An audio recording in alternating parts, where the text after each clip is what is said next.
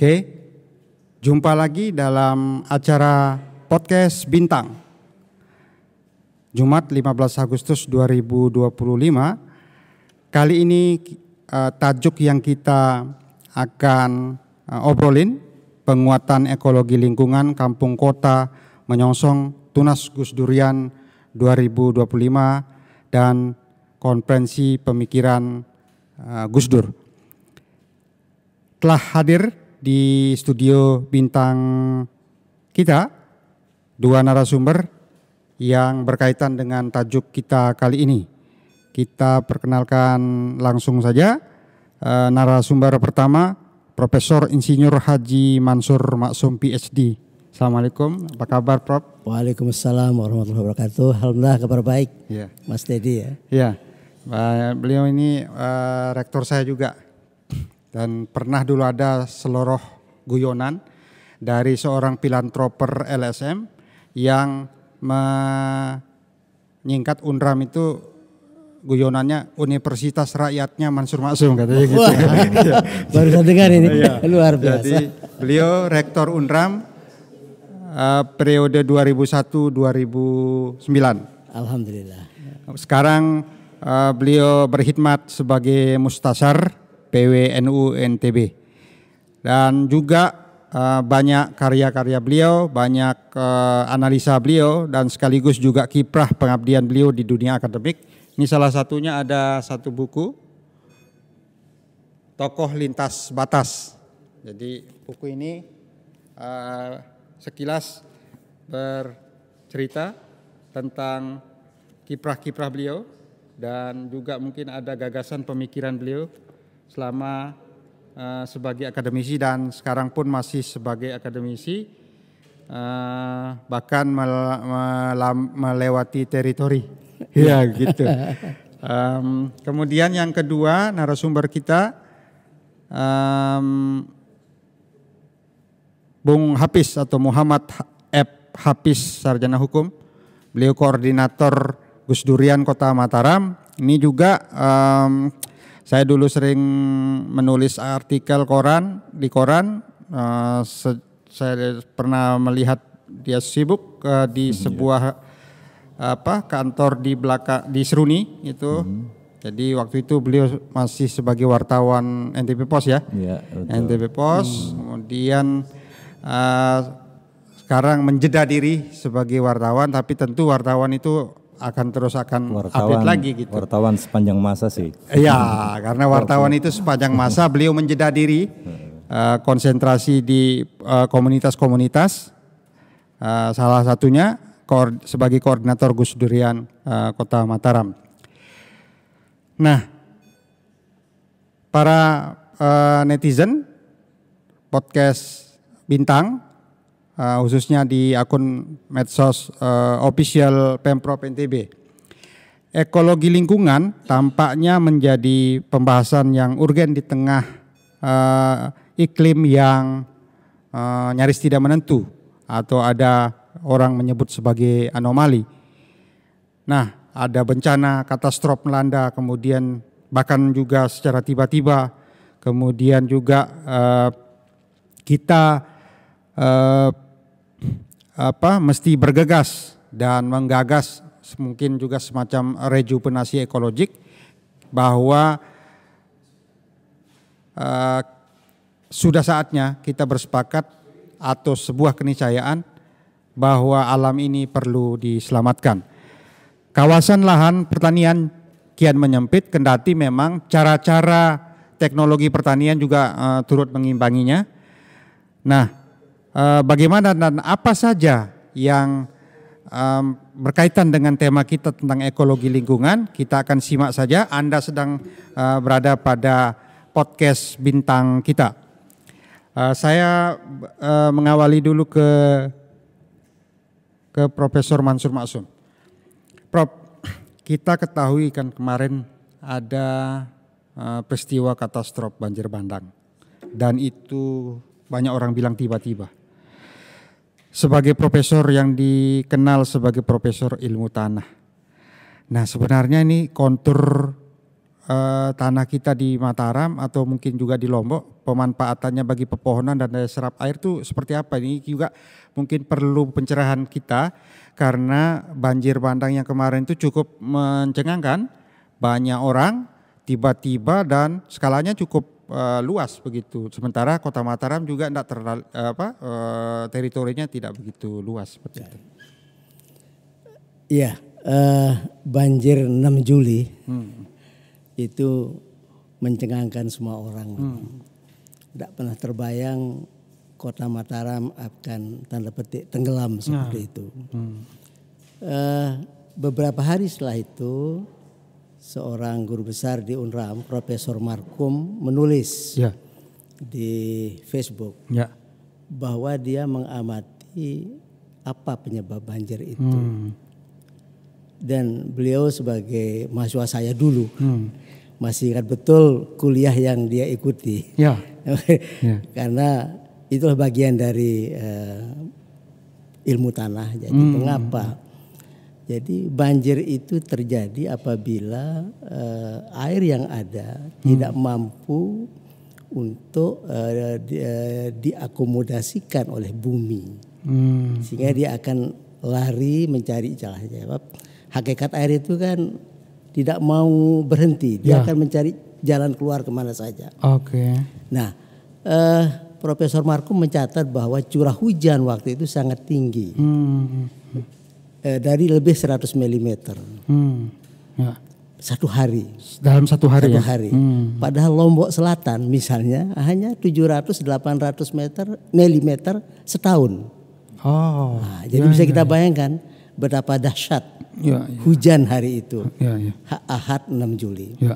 Lalu hujan sedahsyat itu mengalir di kali yang tidak lagi dapat menampungnya. Mengapa? Karena kita lihat di beberapa wilayah Kota Mataram, sempadan kali itu sudah dibangun perumahan semacam itu. Yang seharusnya sekian meter enggak usah lah gitu. Sehingga sungai yang tadinya lebar menyempit, yang tadinya dalam mendangkal, nah itu semua.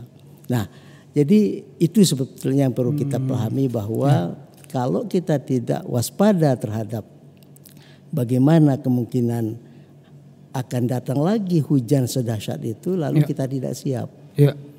Lalu ilmu dasar yang kita miliki adalah bahwa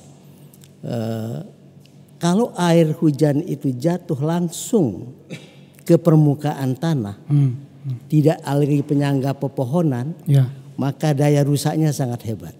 Bisa lebih cepat. Lebih cepat dan dia akan menggerus tanah permukaan, sehingga yang lari ke sungai itu bukan hanya air bersama tanah, lumpur. Lumpur itu lalu dalam perjalanan mengendap, mendangkalkan lagi dan seterusnya. Nah ini barangkali yang harus kita pahami bahwa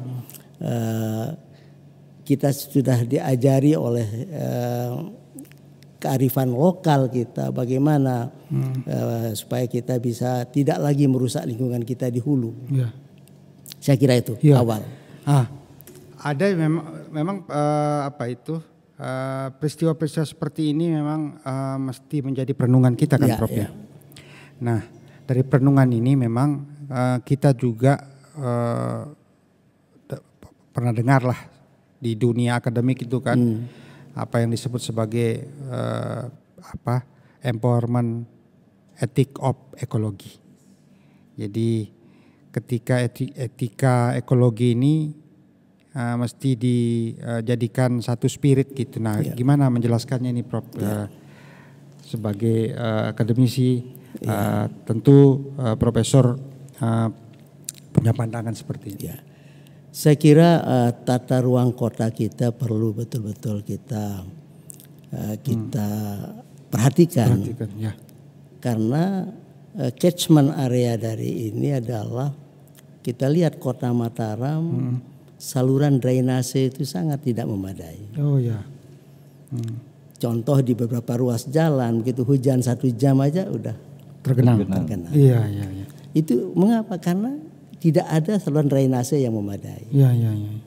Bahkan ada di sekitar kawasan bundaran Unram juga ada itu ya malah ya. Jalan Erlangga sebagai langganan. Erlangga. Itu hujan 1 jam saja di Pagutan kita dibelokkan kemana gitu. Mengapa? Saluran drainase tidak memadai dan banyak lahan-lahan yang tadi mampu meresapkan air tidak lagi karena menjadi kawasan pemukiman. Pembangunan perumahan yang demikian intensif itu menjadi pemicu bagi berkurangnya air yang mampu diresapkan ke dalam tanah. Tidak meresap lalu lari ke permukaan membawa lumpur, erosi, dan itu akan menjadi itu. Oleh karena itu pertanyaan tadi bagaimana supaya perencanaan tata kota kita ini betul-betul kita perhatikan tidak hanya di kampung, di mata di kota kita. Saya pernah menulis artikel singkat di jurnal Dewan Masjid Indonesia karena kami pengurus di situ. Jadi di jalan-jalan kampung itu kalau hujan 1 jam saja sudah tidak bisa lewat kita ke. Jadi di dalam kota Mataram, di dalam kota Mataram banyak sekali perkampungan, ya tadi disebut banyak perkampungan yang tidak memenuhi kaedah-kaedah keseimbangan alam tersebut. Oke. Artinya memang perlu ada atensi spesifik ya dari pemerintah seperti itu untuk melihat di satu sisi memang jalannya sudah sempit, kemudian ada sungai-sungai yang justru airnya sudah bercampur dengan lumpur sehingga mempercepat ketergenangan air, apalagi kemudian curah hujan juga meningkat dan seterusnya. Tadi Profesor juga sudah menyampaikan bahwa kalau dibandingkan hari itu juga banjir itu justru perbandingannya jauh sekali itu. Di daerah lain perlu 1 bulan dengan kapasitas seperti itu, di Mataram tuh hanya sehari saja sudah seperti kita mengalami bencana yang mencengangkan tadi ya, Prof. Jadi saya ingin tambahkan satu hal bahwa Mataram ini kan kota ibadah. Jadi di UIN Universitas Islam Negeri Mataram itu ada Profesor Abdul Kudus. Beliau mendalami yang namanya teologi. Ekoteologi. Berusaha untuk mengkonfirmasikan hubungan antara Tuhan dan alam. Di situ. Jadi bagaimana perilaku kita terhadap alam itu harus berdasarkan kaedah-kaedah ajaran-ajaran agama kita. Menarik itu. Karena di Forum Internasional Sayyid Nasir itu juga mengatakan bahwa Barat itu telah gagal di dalam memampakkan alam. Seharusnya belajar dari Timur. Timur itu Islam kan. Bahwa di dalam Al-Quran dan hadis Nabi pun diuraikan dengan jelas itu. Ini kita ada Bang Hafiz Gus Durian. Jadi ingin saya sambung ke situ. Bahkan air juga kan diatur. Jadi di situ bahwa bagaimana ke timur itu Syed Hussein Nasr ini mengatakan Barat sudah gagal. Ke Barat dia katakan lu mesti tiru orang Timur. Timur pada Islam kan. Bagaimana dia menyikapi alam, lalu bagaimana memperlakukan alam sampai tidak terjadi katastrofi tadi. Nah, jadi sekarang ada lagi ilmu baru ya, ekoteologi atau green teologi. Nah, kata green ini menjadi pemicu kan. Seolah-olah kalau sudah kata green semuanya aman. Green campus, green agriculture, green kita pakai shampoo katakan green shampoo, tidak ada chemical, tetapi itu sebetulnya yang bahwa fashion pun juga sekarang green light gitu. Oke, Bang, silakan. Ya, baik saya beralih ke Bung Hafiz. Bung Hafiz, ini Gus Durian ini keren. Kenapa keren? Karena komunitas Gus Dur ini sekarang tahun ini saja sudah ngambil tema atau kampanye tahunan Gus Durian tuh di soal-soal lingkungan, ekologi. Mungkin ini juga saya sih tebak-tebak aja. Mungkin apakah ini penerapan dari 9 prinsip Gus Durian. Nah, Bung Hafiz, setidaknya apa yang Gus Durian lakukan di Mataram terkait ekologi lingkungan ini? Makasih Bang Dedi, Prof. 9 nilai utama Gus Dur itu kan, kalau kita kerucutkan itu memang salah satunya itu harus peduli kepada ekologi, lingkungan hidup. Jadi ini kan dalam rangkaian Gus Durian Kota Mataram dan beberapa komunitas Gus Durian di seluruh Indonesia ini kan ingin menuju kepada pertemuan nasional Gus Durian. Pertemuan nasional Gus Durian nanti di bulan Agustus tanggal 29-31. Kita di Mataramnya memang ingin coba fokus kepada ekologi. Lalu ekologi kampung kota itu istimewanya apa? Tadi Profesor Mansur sudah menyebut bahwa problem kota ini kan memang tata kota harus mulai diperhatikan kembali secara lebih serius. Dan menyangkut warga di kampung-kampung kota sebenarnya kalau kita bicara tata kota. Tidak hanya pusat kota, tidak hanya kemudian etalase kota. Ya, Anda ingin mengatakan bahwa tata kota itu sebenarnya bukan tata kota saja, tapi tata kota ya kampung dan kota gitu maksudnya ya. Iya. Kita ingin bagi dua hal. Kalau Gus Durian Kota Mataram melihatnya itu di mana sih alamat tempat tinggal warga gitu Prof ya. Warga itu kan tinggal di tempat tinggalnya. Warga itu alamat warga itu ada di tempat tinggalnya. Gitu kan. Tidak di jalan umum, tidak di taman kota kan, tetapi ada di tempat tinggal mereka gitu. Di situ alamat warga. Jadi kalau kita ingin supaya kebijakan pemerintah itu berpihak kepada kepentingan warga, tentu ke alamat tempat tinggalnya supaya jangan salah alamat gitu kan. Di komplek perumahan kah atau di komplek di kampung-kampung kota kah?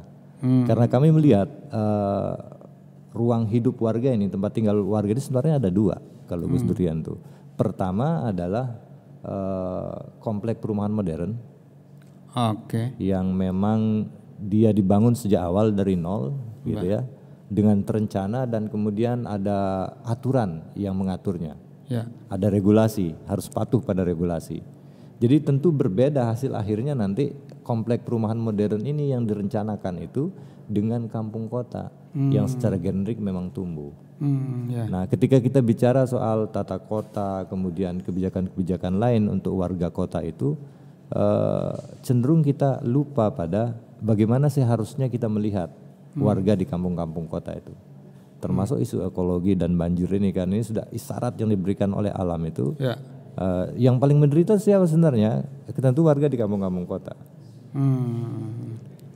Dari 50 kelurahan di Kota Mataram ini kan 27 kelurahan itu masih kampung yang mesti ditata ulang. Oh, jadi jauh lebih besar jumlah warga gugus kampung di perkotaan daripada kota yang pure gitu ya. Iya. Jadi dari 50 ada sekitar 27 kampung kota, kelurahan yang kampung kota ya. Masih memang harus kampung kumuh dan lain sebagainya ada di situ. Ya. Kalau komplek perumahan modern ini memang lama-lama meningkat. Sekarang ini jumlahnya 108 permukiman di Kota Mataram. Dan Gus Durian Kota Mataram mengambil peran untuk itu ya. Iya. Jadi kami ingin mencoba mendorong pemerintah untuk memperhatikan tidak hanya aspek ekologi, tetapi semua aspek kehidupan sosial kemasyarakatan, ekonomi, hukum, sosial itu mesti fokus perhatian pemerintah kota itu lebih membuka cara pandangnya yang lebih maju lagi kepada warga di kampung-kampung kota. Meskipun sekarang sudah tumbuh komplek perumahan modern, semakin lama semakin banyak, tapi ada juga warga yang mesti diperhatikan yang ada di kampung-kampung kota. Iya. Oh ya, kemarin juga ada. Saya dengar juga kan ada kampanye ekososio ya di Teras Udayana. Ajang Car Free Day itu bisa diceritakan Bung Hafiz, apa aksi bersama itu, seberapa antusiasme publik merespon acara Gus Durian kemarin. Jadi keinginan kami itu untuk lebih menarik perhatian pemerintah sebenarnya terhadap warga di kampung-kampung kota, Prof. Salah satu cara yang paling mudah untuk mendapat dukungan dari publik itu terkait isu kita pemerintah harus lebih memperhatikan kampung kota ini adalah soal ekologi. Soal RTH, ruang terbuka hijau. Karena itu mudah sekali melihatnya. Di komplek perumahan modern itu kan kita secara kasat mata sudah melihat berbeda sekali penataan kampungnya karena memang direncanakan kan, kompleknya berbeda. Satu RT ada RTH-nya, kemudian jalannya tertata dengan baik. Kalau di Kepulauan Kota kan persoalan ini memang jarang dibicarakan, tapi kenyataan dipelihara terus menerus seperti itu. Gang sempit, kemudian sanitasi buruk dan lain sebagainya. Nah, kami ingin menarik perhatian publik, perhatian warga terhadap kampung kota ini. Cara paling mudah untuk mengetuk perhatiannya lewat hal-hal yang secara physically bisa dilihat. Di sana ada RTH, di sini enggak gitu loh. Nah, tapi sebenarnya kita ingin juga lebih jauh ke dalam tuh menggugah perhatian pemerintah maupun publik itu di semua aspek sebenarnya. Aspek ekonomi, sosial, masyarakat, hukum, politik gitu. Itu sebenarnya harus mulai cara pandang pemerintah terhadap warga di kampung-kampung kota itu berbeda. Ya, tapi memang Gus Durian tahun ini tematiknya, tajuknya itu memang soal ekologi. Adalah cara paling mudah kami untuk bisa mendorong kampanye ini lebih masif. Gitu. Ada 6 kampanye yang kami lakukan sekarang ini sampai akhir tahun itu. Apa itu? Pertama tadi yang disebut oleh Bang Dedi itu Aksi Udayana. Aksi Udayana itu di CFD kemarin kami coba lempar isu ini kepada pengunjung, seperti apa respon mereka. Ternyata dukungannya sangat luar biasa. Apa yang dilihat oleh Gus Durian rupanya sama juga yang disaksikan oleh warga. Bahwa harus didorong keadilan ini. Tidak hanya keadilan ekologi, di semua aspek kehidupan warga itu harus didorong supaya dia seimbang antara komplek perumahan modern dan kampung kota itu. Kita ada Aksi Udayana, kemudian juga ada Gaul komunitas. Jadi kami ketemu komunitas, komunikasikan isu ini, dapat feedback seperti apa dari mereka. Kemudian ada Goes to Campus. Kita juga bicara ke pemerintah gitu, talk to government. Salah satunya ini juga bantuan dari podcast Bintang luar biasa bagi kami karena salah satu tema cara kampanye itu adalah media speak up. Kalau Gus Durian kan kita tidak mungkin lah, karena Gus Durian ini kan sudah sebagai bapak bangsa dan ilmu-ilmunya ini harus kita sebar luaskan kan. Iya, salah satu amanah Gus Dur itu kan ekologi ini memang harus diperhatikan. Selanjutnya Bung Hafiz, yang ada lain lagi tadi, ada beberapa aksi-aksi selain yang tadi Gus to Campus, kemudian juga ke pemerintahan. Kalau yang talk to government ini rencananya kami ada disediakan forum nanti oleh DPRD kota itu untuk bicara langsung dengan Bapeda, dengan siapa. Itu juga bagian dari talk to government ya. Artinya kita ingin dorong ini sehingga nanti pada akhirnya pemerintah itu ingin kita dorong untuk diambil kebijakan afirmatif terhadap kampung kota. Jadi istimewakan kampung kota gitu loh. Harus diberikan kuota yang lebih kepada warga di kampung kota ini. Disampaikan tadi ya, dari 27 kelurahan tuh masih gugus kampung ya, yang memang perlu diatensi lebih serius oleh pemerintah. Betul. Baik, para netizen yang berbahagia, kita sudah sampai di satu sesi gitu. Jadi kita jeda dulu sesi ini. Kita akan tampilkan satu lantunan dari Bung Geri. Dia akan juga melantunkan satu lagu yang versi akustiknya. Bung Geri, silakan Bung Geri. Jadilah legenda SID.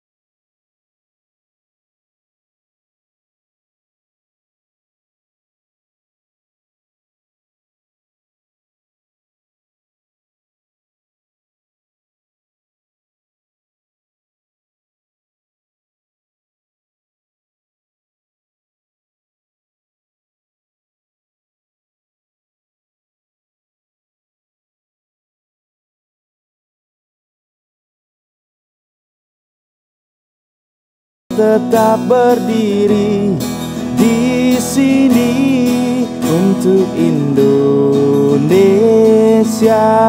Jadilah legenda, kita bisa dan percaya. Darah Indonesia, ku halilintarmu. Darah Indonesia, merdeka untuk selamanya. Darah Indonesia,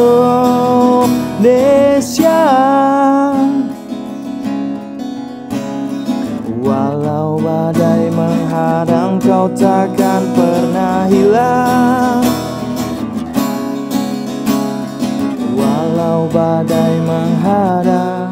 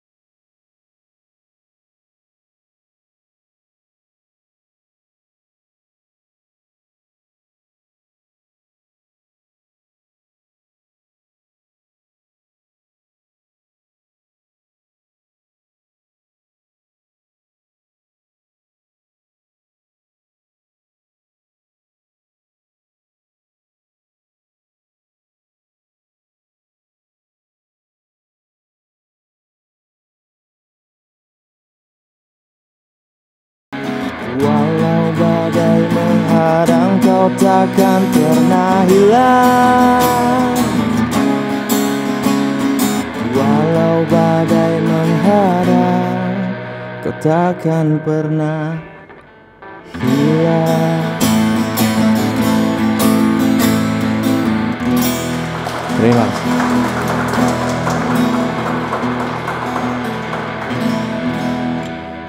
Oke, merdeka. Merdeka. Bro Gary, itu lisensi lagunya siapa? Superman is dead. Oh, ya judulnya? Jadilah legenda. Jadilah legenda. Luar biasa. Lagu Untuk Superman Indonesia is Dead ku. di akustik oleh Bro Gary. Terima kasih Bro Gary. Oke, para netizen, kita kembali ke tajuk. Tapi sebelum ke tema selanjutnya, maksudnya ke pendalaman selanjutnya, saya ingin bertanya dulu Prof, ini buku ini tebal sekali, kemudian judulnya memantik tokoh lintas batas. Jadi beliau langsung terpapang di sini, ada sampai 407 halaman, bisa diceritakan secara singkat. Baik. Siapa? Iya. Buku ini adalah karya teman-teman. Menjelang saya pensiun Ya. pada 1 Desember 2021 yang lalu, teman-teman dosen, teman-teman di luar kampus, para mahasiswa merangsang saya untuk menulis tentang diri saya. Ya. kita sebut biografi ya. Tapi saya tidak lakukan itu. Saya minta tolong teman yang menulis. Ya. Teman saya itu adalah 2 orang, Profesor Nuryadi dan Muhammad Tahir dari FKIP Unram. Saya bercerita kepada beliau berdua, lalu beliau narasikan dalam buku ini. Jadi sebenarnya Pak Profesor yang bertutur di sini. Iya, saya bertutur di sini. Biografi. Iya. Lalu di bagian ketiga itulah tanggapan komentar dari para tokoh. Mulai dari Tuan Guru Turmuzi Badarudin selaku Mustasyar PBNU, karena saya sebagai salah seorang Mustasyar PBNU, jadi lalu sesama Mustasyar. Lalu ada dari Gubernur. Pada masa itu saya bergaul dengan para beliau, mulai Pak Harun, ya, kemudian Pak Serinate, lalu Pak TGB. Ketiga beliau menulis tentang diri saya. Lalu ada tokoh-tokoh lain seperti 2 mantan rektor Unram, yaitu Profesor Sriwidodo dan Profesor Mulyanto. Dan banyak lagi yang lain. Tapi yang tersarikan beliau-beliau itulah. Nah, apa yang dihajarkan oleh buku ini adalah sebagai pemicu agar generasi muda, teman-teman yang anak kampung, saya dari desa, dari kampung nun jauh di Lombok Selatan, kok bisa kemana-mana begitu? Mengapa bisa begitu? Menjadi tokoh lintas batas. Saya katakan bahwa itu semua karena doa orang tua. Bukan karena saya, bukan karena orang lain, tapi doa orang tua yang betul-betul mendoakan anaknya. Karena ayah saya adalah seorang guru ngaji, seorang guru ngaji tapi disebut juga tuan guru. Lalu ibu saya tidak sekolah formal tetapi mengajar saya mengaji. Jadi dari 2 beliau lah saya mendapatkan pendidikan dasar. Lalu saya tanya, kenapa kok sebutnya lintas batas? Dia bilang, Profesor Nuryadi belum waktu itu mengatakan karena Anda melakukan banyak hal di luar kapasitas, di luar bidang akademik Anda. Terus terang karena saya harusnya fokus pada ilmu tanah tadi. Tapi ada juga kan tren juga yang multidisipliner kalau nggak salah. Zaman-zaman baru awal-awal itu ya. Jadi waktu itulah saya terjebak dalam administrasi kampus. Karena 24 tahun saya jadi administrator di dalam kampus. Alhamdulillah, mulai ketua lab, ketua jurusan, pembantu dekan, pembantu rektor, dan terakhir ketua senat. Jadi betul-betul tangga itu udah titi terus gitu. Tangga itu saya lalui dari bawah sampai puncak kampus lah. Jangan-jangan nggak banyak tuh tokoh yang begitu, yang akademisi langsung meniti terus semua tangga, hampir semua tangga itu ya. Dari ketua lab. Kemudian dari kepegawaian, saya mulai 2B. 2B, 2C, 2D, 3A, 3B, 3C sampai 4E. Jabatan akademik 9 tangga saya lewati, mulai asisten. Jadi dari 2B sampai ke 4E. 4E itu. Itu sudah sempat semua. Jadi itu. Nah, lalu teman-teman yang membaca ini saya harapkan untuk sebagai motivasi. Sekaligus inspirasi, Profesor. Bisa para juga. netizen, Profesor Mansur Maksum, beliau tadi sampaikan bahwa beliau dididik oleh orang tua yang beliau sebut sebagai karena orang tua, doa orang tua lah beliau bisa seperti yang sekarang ini, dan sekaligus juga meniti karir beliau di kampus sebagai akademisi. Hampir semua titian tangga itu beliau lewati. Dari pangkat yang minimalis sampai ke yang pangkat puncak di kampus saat itu. Dan sekarang beliau berkiprah di dunia organisasi, banyak pengabdiannya. Kamu masih ngajar juga, Prof, kan di beberapa tempat. Saya dengar juga ada yang sampai di luar daerah juga kan, Prof. Setelah pensiun saya masih sebagai konsultan, sebagai anggota di lembaga akreditasi mandiri bidang kesehatan. Itu lagi lintas batas. Orang itu pertanian di kesehatan karena iya. sejak 2017. Saya ingin pertanyaan sedikit. Memang di dunia kampus tuh juga sekarang ada tren juga yang multidisipliner gitu ya? Ada memang. Ada. Jadi di situ. Jadi jangan-jangan itu juga yang membuka cakrawala, akhirnya pilihan jalan itu kemudian. Iya. Jadi setelah lengser rektor 2009, seorang teman saya berseloroh itu, Profesor Galang Asmara. Ya. Apa yang beliau katakan? Lalu wasida jok beto, jangan di kampus. Lamun si delek kampus alung di SIM. Nah, itu bahasanya. Jadi seolah beliau tidak menghendaki saya di kampus. Maka mungkin berseloroh. Betul. Akhirnya saya sejak 2009 akhir begitu lengser di Jakarta.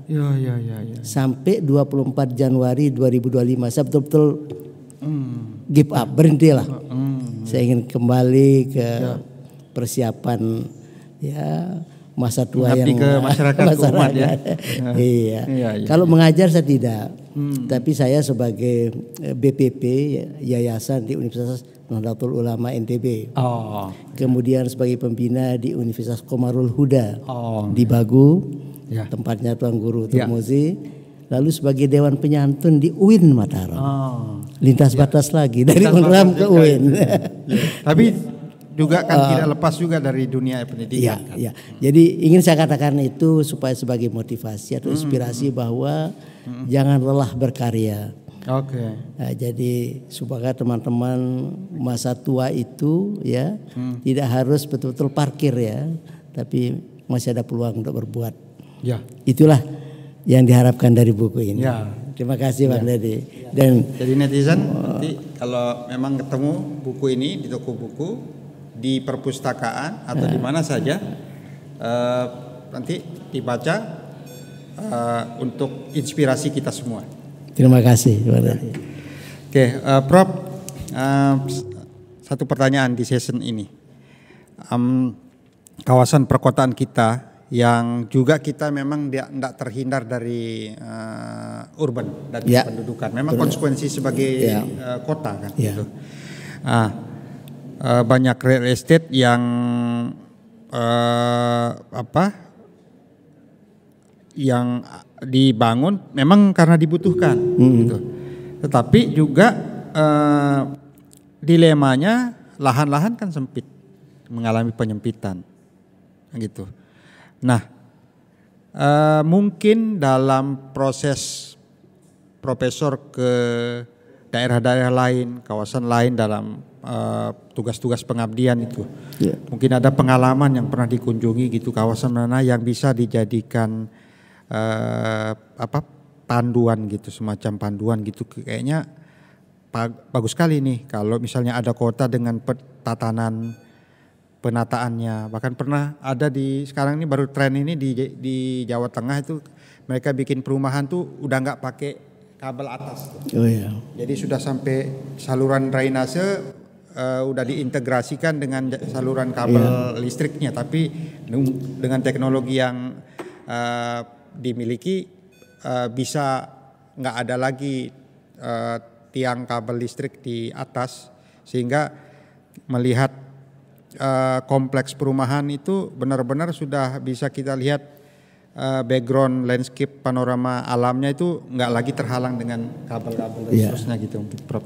Mungkin ada pengalaman. Pengalaman yang nyata seperti itu sebenarnya tidak ada yang layak saya tampilkan, bahwa cuma saya dari membaca. Jadi ada satu buku yang ditulis Daniel Goleman Kita tahu dia menulis tentang emotional intelligence, kemudian social intelligence, dan yang terakhir ecological intelligence, kecerdasan ekologis. Di situ dipaparkan bagaimana kita bisa merawat bumi, mendesain suatu pemukiman atau menggunakan bahan-bahan industri dalam kehidupan rumah tangga, supaya kita tidak terjebak di dalam kerusakan-kerusakan bahan kimia industri seperti itu.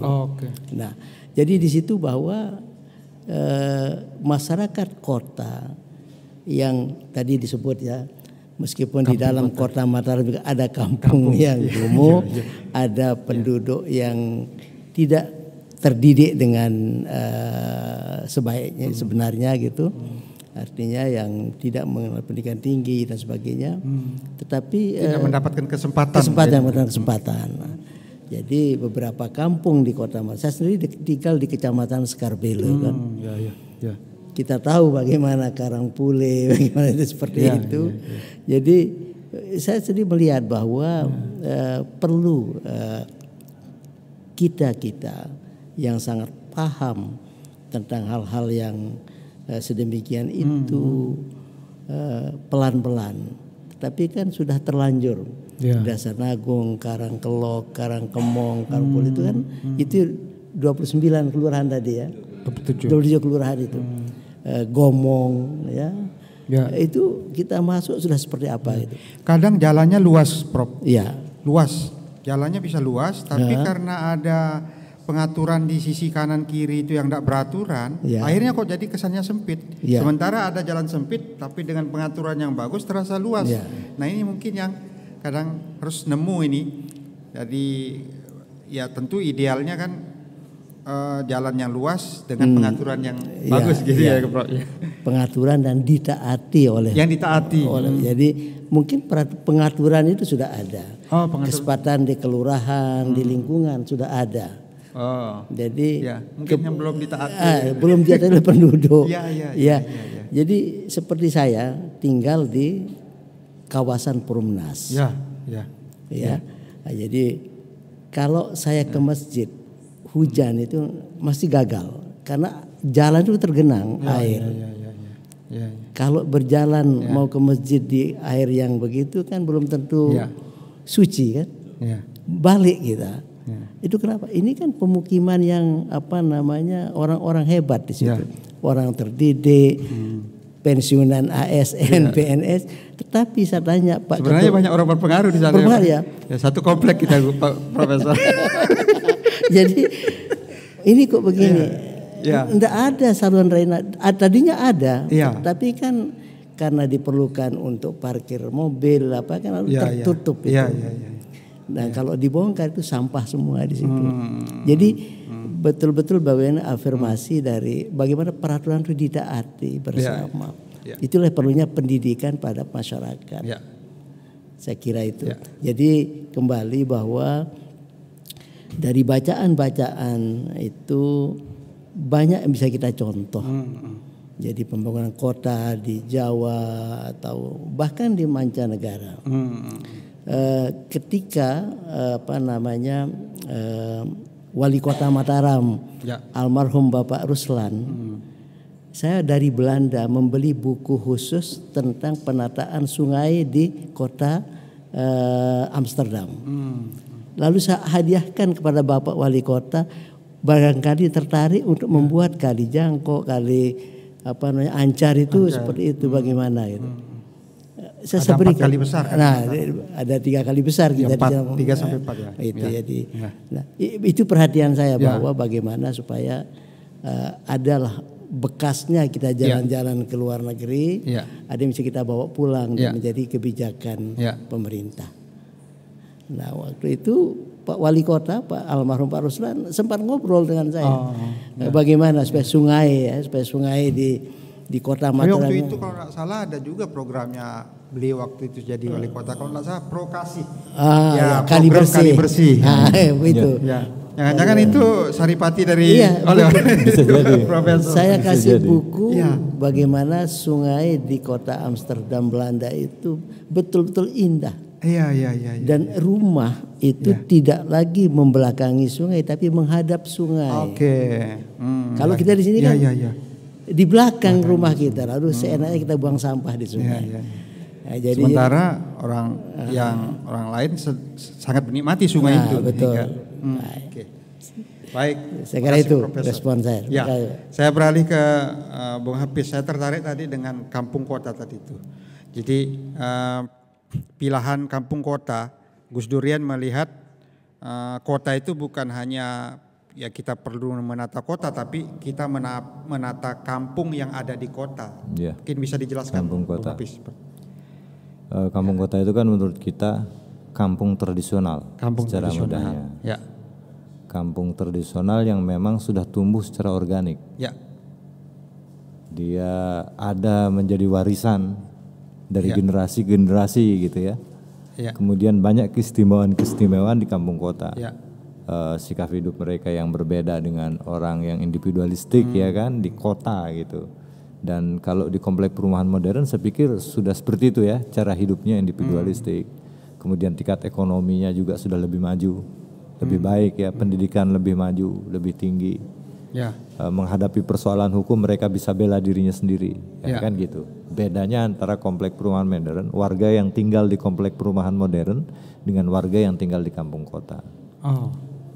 Jadi ini yang kita ingin coba melihatnya dalam kacamata yang berbeda pendekatannya pemerintah terhadap itu. Harus dilihat bahwa warga kampung kota ini memang harus mendapatkan sesuatu perlakuan yang berbeda. Akibat apa? Karena memang kalau dilihat dari permukiman mereka kan sudah tumbuh sedemikian rupa. Kalau kita mau bicara tata kota mau diapakan ini?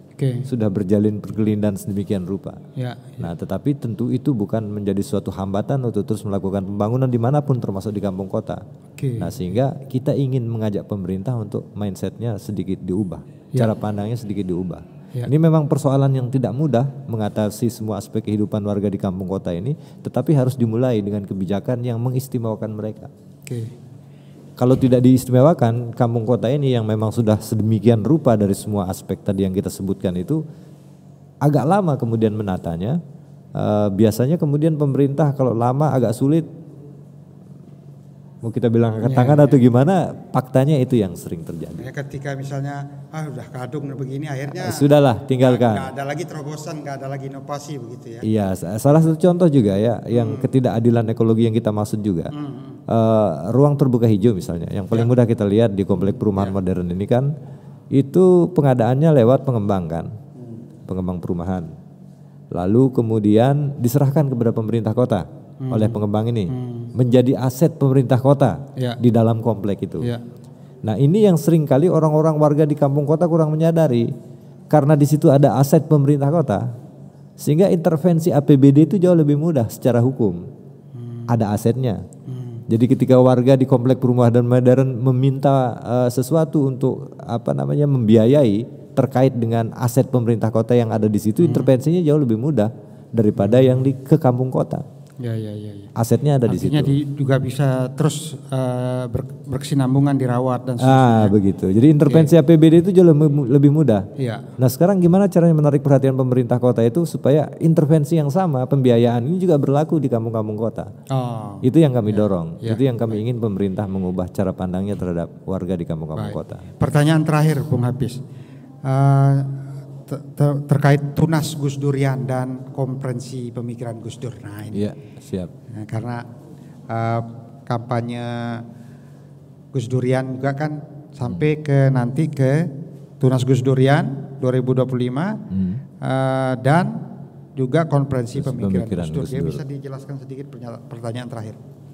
Ya, jadi tunas Gus Durian ini pertemuan nasionalnya adalah cara Seknas, cara komunitas Gus Durian ini terus untuk menumbuh kembangkan para Gus Durian baru. Makanya disebut tunas. Jadi tunas Gus Durian. Sekaligus juga itu sebagai sebuah kepanjangan dari pertemuan nasional. Jadi siapapun warga negara yang sepakat dengan 9 nilai utama Gus Dur dan mengembangkan cita-cita luhur Gus Dur itu dalam semua aspek kehidupannya, dia juga seorang Gus Durian, gitu loh. Dia juga seorang Gus, meskipun tidak masuk ke dalam komunitas. Jadi tunas Gus Durian ini ingin mendorong anak-anak muda, siapapun itu yang sepakat dengan 9 nilai utama Gus Dur ini sebagai cara kita untuk mengembangkan nilai-nilai yang harus kita emban dalam kehidupan kita sehari-hari. Nah, tunas Gus Durian ini nanti akan dilaksanakan tanggal 29 sampai 31 Agustus di asrama haji Pondok Gede Jakarta. Jakarta ya. Itu ada sekitar 2.000 orang. 2.000 orang berkumpul. hadir. Gus Durian, para Gus Durian. Iya. Ya. Tetapi komunitas Gus Durian di daerah-daerah itu sudah memulai kegiatan dari sejak tanggal 7 Juli yang Ya, lalu. seperti yang dilakukan oleh Gus Durian Kota Mataram. Kota Mataram, Oke. gitu. Oke. Menuju namanya gerakan menuju Tunas Gus Durian. Serempak itu di seluruh Indonesia dilakukan. Ya. Baik, saya kembali ke Profesor. Pesan host. Nah, jadi kalau ada kiai host itu dalam Nahdiyin itu pesan host kepada generasi milenial Gus Dur. Bagaimana Prof? Kapasitas sebagai mustasar PWNU. Ya. Nah, Saya ingin mengajak ya generasi muda Ya. untuk betul-betul memahami Gus Dur sebagai tokoh bangsa. ya. Jangan sampai pemahaman itu keliru. Ya. Ya. Karena Gus Dur sendiri pernah tanda petik ya diminta menemui para kiai khos ya di Cirebon kalau tidak salah waktu itu bahwa ini loh Gus Dur, hal-hal yang dianggap Minor gitu. tidak semestinya menurut para kiai, tetapi justru Gus Dur mampu menjelaskan dan para kiai itu memahami sepenuhnya bahwa yes, Gus Dur adalah benar dengan apa ya. Ya, kalau kita lihat selitas barangkali ada hal-hal yang kok tidak linier begitu ya. Tetapi Gus Dur telah membuktikan di hadapan para kiai khos mampu beliau untuk menjelaskan sehingga para kiai memahami sosok Gus Dur. Ya. Karena saya pernah pengalaman pribadi yang ada. Ya. Jadi tahun pada tahun 2000-an ya. Saya PR1 waktu itu bertemu dengan seorang PR1 dari kampus X. Obrolan kita nyambung karena sama-sama NU kultural ya. Sempat terlontar bahwa kok pemahaman saya ada hal yang tidak pas dengan saya. Langsung saya ditentir malam itu. Diajak beristighosah untuk memahami siapa sosok Gus Dur sesungguhnya. Nah, dan itu membekas pada saya. Dan alhamdulillah sudah saya ada perasaan tercetus karena sudah saya kunjungi makam Gus Dur di Jombang. Setelah itu bahwa saya tuh tahun 2014-an, 14 tahun kemudian baru saya ke sana. Jadi pesan saya bahwa pahamilah sebagai Gus Durian muda bahwa harus ada yang mengarahkan ya. Jangan lepas gitu ya. Mas Hafiz ya tugas Mas Hafiz sendiri kan untuk memandu generasi muda ini supaya karisma Gus Dur itu tetap membekas dan pemikirannya tetap menyala ya istilah sekarang itu. Saya kira itu. Iya.